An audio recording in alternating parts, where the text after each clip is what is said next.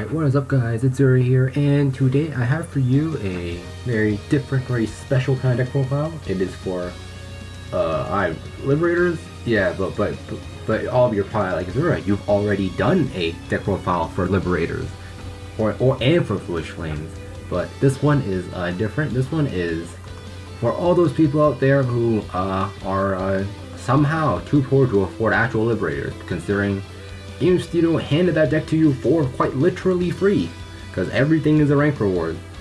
This is a very much a free-to-play list. Obviously, you still have to play ranked, and you still have to get coupons for some of these cards for the from tourney mode to get some of these cards. But this is a list where everything in this deck, but the 4 balance, are obtainable freely or are rares. Being the silver band. The silver bands are rare. Rares don't cost anything to make, and they're super easy to get. The only thing that's like slightly that you cannot get for free straight up are the balance. You have to craft these yourself. So yeah, let me just go over. Yeah, but, like, everything here is free. PGs you can get through medals. This Marin is you can craft it. If you have better things, you play better things over it. This is specifically the metal shop art. So this is actually just free. Silver Fangs that craft, you're gonna go to the old stuff and pull them. I recommend just crafting them. Aqua Bale is a rank reward, Starring is a rank reward, Blaster Liberators is a rank reward. Fallon is in the coupon shop. Percival is the current rank reward in JP, but on if you're a global watcher, he will be a rank reward at some, right after the Aqua Bale. I don't remember this fucker's name, nor do I care to know it, but he is also free from the coupon shop, just like this Fallon, considering he is the Legion leader to Fallon, so he's from the coupon shop. Monarch isn't actually like. You don't get him from ranked or anything, because you just look at it as the gacha art, but JP during set 17 we got an event. I think it was like the World End event, I think is what it was called, where where the server did X amount of stuff. I don't remember what the exact thing was. Everyone got a little like Takudo stamp. I think it was the Takudo stamp where you could exchange it for 1 Monarch. So assuming Global also gets this event for free, you can get you get the 1 Monarch for free here, and Zenith is Global's current rank reward. Assuming I put this out before the season on Global ends. So yeah, so everything but Balin is free. If you're looking at the super down in the future for Global, if you get the super decks, obviously, if you get the Gold Paladin super deck, you get 2 Balance for free. You can get 2 Barcos to replace the 2 Marins. You get Garmors, which you should put into the deck if you get them, assuming you get it. So the super deck can only make this deck better, but if you're getting the super deck, at that point you can just play my actual Bluish Flames list. But so yeah, so without further ado, let's actually explain all the cards when I play it. So for this list in specific, I choose to not play the Wingle, right? Yeah, Wingle Liberator. I choose to play the Flower Gardener instead. This starter is a generic starter that I'm pretty sure most clans have. Forerunner, and skill is you put it into Soul to draw a card and then discard a card. Important thing is the card draws first. So if your hand was fine and you just wanted a card into your drop, or you wanted this thing in the Soul, you can just draw what you just drew what you just discard what you drew off of the skill if you want to do that. The reason I choose to play the starter over the Wingle is because this deck does have a heavier emphasis on Legion as compared to my actual Bluish Flame list where I play a bunch of Garbage and stuff.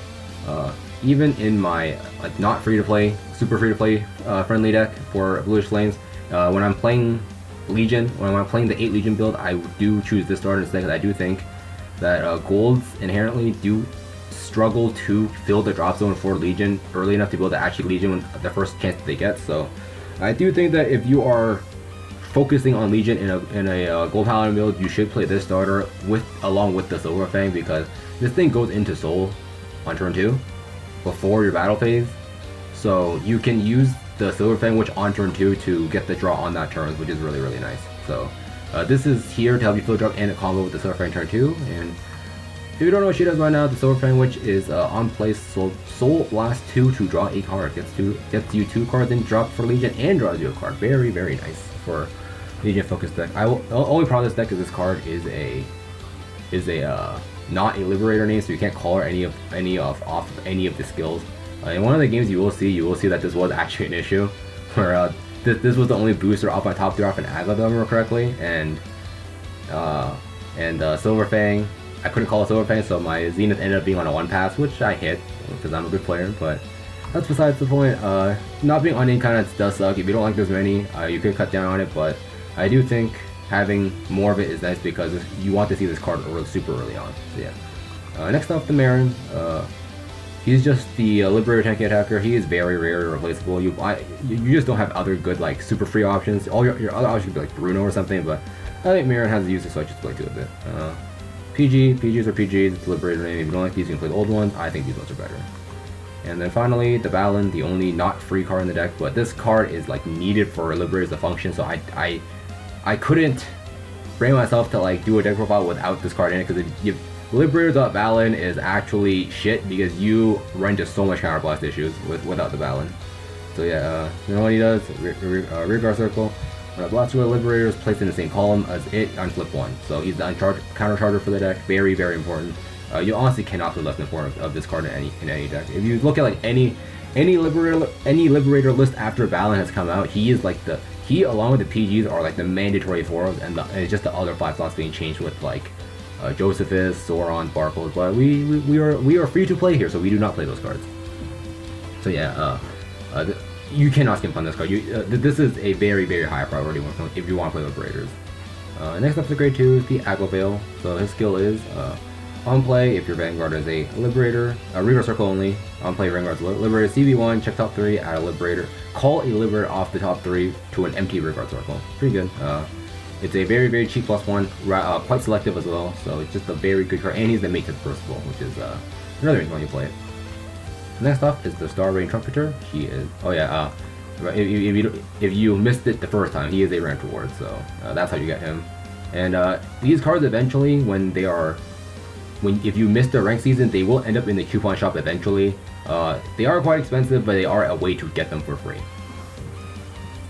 And that aside, next up is the Star Rain Trumpeter. She is the next rank season for Global after the Zenith, so definitely get a place out of her. I don't play 4 of her in this list just because one of the Legion leaders requires Fallon, so I kind of didn't want to only play one mate, so I cut one of the Star Rains for one of the Fallons because the Blaster Liberator and the Aqua Bale are just more important than the Star Rains. Yeah. Star Rain Trumpeter, her skills on play. You put a Blaster Liberator from your drop zone or soul back to deck to call the top card of your deck. You shuffle before doing this, so it's not like you're putting Blaster Blade on top and calling it. I wish it was that good, but it isn't.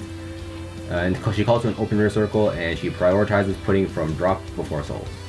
So yeah, free +1, cute, pretty cute too, but that's kind of irrelevant here. So yeah, this card does a good +1. If you don't have these, you could just play more Fallons. If you're too lazy to play ranked, or if you're super down the line and you missed Star Rain season, this is the most replaceable card in the deck, in my opinion. It's very nice to have. I think she is very good, but if you absolutely just don't have a way to get these and you don't want to craft them, just cut these for like more Fallons and play like whatever in the 1-up slot. Like you can play like the Galatine, you can play the common card that's when Blaster Blade plays 5k. Like this card is very nice to have, but it is definitely the most skippable card in this list if you want to cut down on costs in terms of getting the deck. A card that you cannot cut down on though, absolutely not, is Blaster Blade Liberator. He is still, even in a free-to-play focused deck like this, he is still very, very important. He is still the heart and soul of the deck. His skill is Vanguard Rearguard Circle. On place, if you're Vanguard Liberator, CB2, retire anything. With balance, CB1, that's why he is so as he is. You need him to unflip. She needs him to pay for cost. He needs him to go back into the deck to call him, so very, very good. And then, I guess the Monarch also needs them, but Monarch is the one of he won't come up as often, and he is also your only source of retire in this deck, so which lets you push damage, but because you have infinite ways to get to him, you will never run out of him, more often than not. And finally, the Fallon. So this is the coupon shop, if you don't know where this comes from. He is from the V coupon shop, I think. Copies are 10 coupons each, SPs are 15, but that's only if you really want to bling your deck out. But his skill, he's just a 12k attacker for Liberators. If you're during your turn, Vanguard Liberator plus 3k, 12k attacker. Actually a pretty okay card to scale your lanes, can be a solo attacker as well. But he is mainly playing in here because he is the mate to this dude, so kind of have to play the mate if you're playing leader, right? So yeah. Yeah, so that's a grade 2, onwards to grade 3. Start with the cards the Globals already knows. We'll start with the older cards first. First up is the Ganslot Zenith. So his skill is Limit Break 4, when you attack the Vanguard, CB1, put a rear guard to the bottom of your deck to call the top card of your deck to any rear guard circle, and that you get plus 10k. And then the more relevant skill is when this card is placed from your deck, you can put him back to the deck to call a Blast Blade Liberator from your deck or drop zone to anywhere on the board. Oh yeah, and then he prioritizes calling from deck before calling from drop. So he is a returnable heal, not as good as old Royal Paladin Lancelot, but still a very good card, and he's still your main finisher. Cross-drop base with the Lancelot is irrelevant because you don't play it in this deck because he is not free to obtain. So yeah. If you didn't watch the first Foolish Flame video, there are cool plays they can do with Star Rain and Aqua Bale with Zenith, where you swing, you put one card back. Oh, you check the Star Rain or an Aqua Bale, you call it to the already attacked column that's occupied by a rear, and then Aqua Bale Star Rain cheats you out one extra attack. If you don't already know that combo, that is quite an important combo to know because it is just a way to cheat out a 5th attack on a turn where you shouldn't have gone to begin with. So yeah, that is something that you should absolutely know, something you should absolutely do if you given the opportunity. Next up, the one of is the Monarch Sanctuary Alfred. So his skill is Limit Break 5. It really sucks. I wish it wasn't Limit Break 5, but Limit Break 5. When your Blaster Blade Liberator is called from your deck, he gets 10k and a crit. So he can get really big on it. He can get really big and get many shiny yellow stars. His other skill is once per turn, Soul Blast 2, Counter Blast 3. You place, I don't even remember the wording of this card, but you place all cards on your board to the top of your deck, and then you call, and then you check top 5 and you call 5 Liberator cards from among them. So the reason I didn't say rears is because this card also puts locked cards. I don't remember the exact wording in this card, but you basically take your board up, put it on top of your deck, and then check top 5 and call those 5 cards to your board, assuming they're all Liberators. This deck can whiff if you have a Silver Fang off the top or one on the board. Those cards just get shuffled back into the deck. Yeah, this is a way, his skill is a way for you to actually get to the Blaster Liberator. If you already have one on the board, you can just use the skill, put your board back on top of your deck, call them, and then you get the crit, or he crits the crit and the power. If you have a Zenith in your hand, you can do that as well, because you can place the Zenith from your hand onto the board, put them back to the top of your deck, and then call them. And then since Zenith was called off the top of the deck, you can go back to call a Blaster Blade. So yeah, that is probably the best interaction this skill has, is that he can actually recycle Zenith in your hand. But aside from that, this guy is very expensive cost-wise. You are actually using Soul in this deck, so that is quite expensive. Soul Blast 2 can be expensive. Counter Blast 3 is just expensive because it's 3 Counter Blast. That's quite the cost just to more or less reset your board and maybe get a crit. So yeah, and then his other skill is during your turn he gets 1k per card in your rear guard circle. So if you have full board, he gets plus 5k, so he comes in 60k by himself, which is pretty good.